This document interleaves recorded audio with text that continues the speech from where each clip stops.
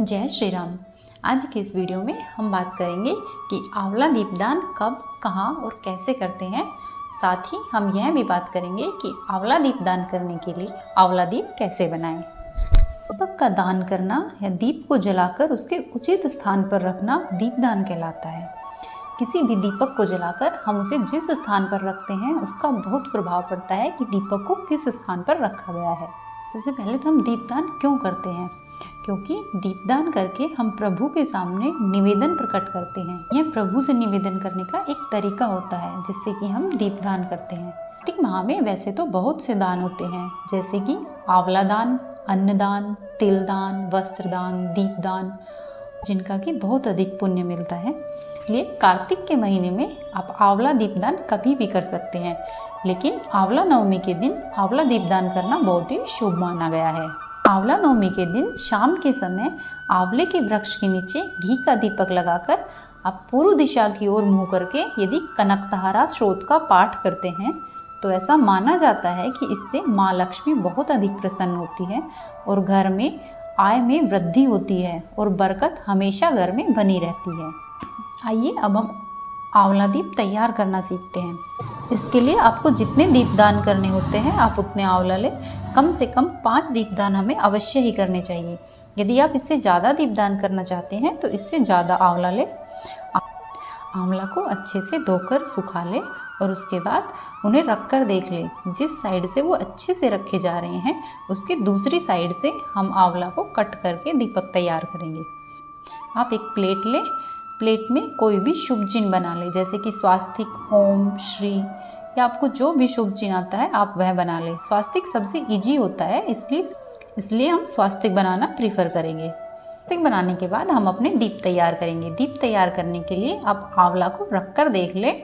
उसकी दूसरी साइड से चाकू को थोड़ा सा खड़ा करते हुए कुछ इस तरह से हम दीपक तैयार करेंगे।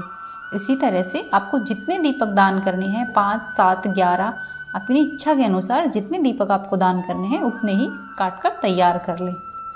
इसके बाद हम दीपक में रखने के लिए बाती तैयार करेंगे। बाती तैयार करने के लिए हमें मेल्ट किया हुआ घी चाहिए और आप खड़ी बाती का उपयोग करें। खड़ी बाती, जिसे कि हम फूल बाती भी कहते हैं, इस तरह से घी में डुबोए और उसके बाद दीपक पर रख दें। इसी तरह से हम अपने सभी दीप तैयार करेंगे, उनको घी में डुबोकर फिर दीपक पर बाती को रख देंगे। इसके बाद दीपक पे हमने जो बाती रखी है उन पर हम थोड़ा थोड़ा घी और डालेंगे ताकि दीपक थोड़े ज़्यादा समय तक जले। इसके बाद हम दीपक का हल्दी, चंदन और कुमकुम की सहायता से पूजन करेंगे। इसके बाद हम दीप प्रज्वलित करेंगे। हमारे दीपक बनकर तैयार हैं। इसके बाद हम दीपक को पुष्प समर्पित करेंगे। इसके बाद हम दीपक को खील बताशों का भोग लगाएंगे। अब हमारे दीपक बनकर तैयार हैं। आपने जो दीप बनाए हैं इनमें से सबसे पहला दीप हमें श्री हरि विष्णु और माता लक्ष्मी को समर्पित करना चाहिए। यदि संभव हो तो आप मंदिर में जाकर समर्पित करें। यदि मंदिर में जाकर समर्पित ना कर सके तो अपने घर में आवश्यक रूप से एक दीप श्री हरि और माता लक्ष्मी को समर्पित करें। इसके बाद हमें एक दीप तुलसी जी में अवश्य ही समर्पित करना चाहिए। इसके साथ ही हमें एक दीपक खुले आसमान के नीचे आवश्यक रूप से समर्पित करना चाहिए। इसके साथ ही यदि आपके घर में आंवले का पेड़ है तो आप आंवले के पेड़ में अवश्य ही एक दीपक समर्पित करें। यदि आपके घर में आंवले का पेड़ नहीं है तो आप पीपल, केला, आपके पास जो भी कोई शुभ पेड़ हो उसमें दीपक अवश्य ही समर्पित करें। इसके साथ ही हम अपने कुलदेवी, कुलदेवता या अपने इष्ट देवता को एक दीपक समर्पित करेंगे। हमें 5 दीपक कम से कम समर्पित करने चाहिए। इसके अलावा यदि आप चाहते हैं तो आप और दीपक समर्पित कर सकते हैं। जैसे आप कार्तिक स्नान कर रहे हैं तो अपनी पटवारी में या फिर किसी कुएं, नदी या तालाब इत्यादि में दीपक समर्पित कर सकते हैं।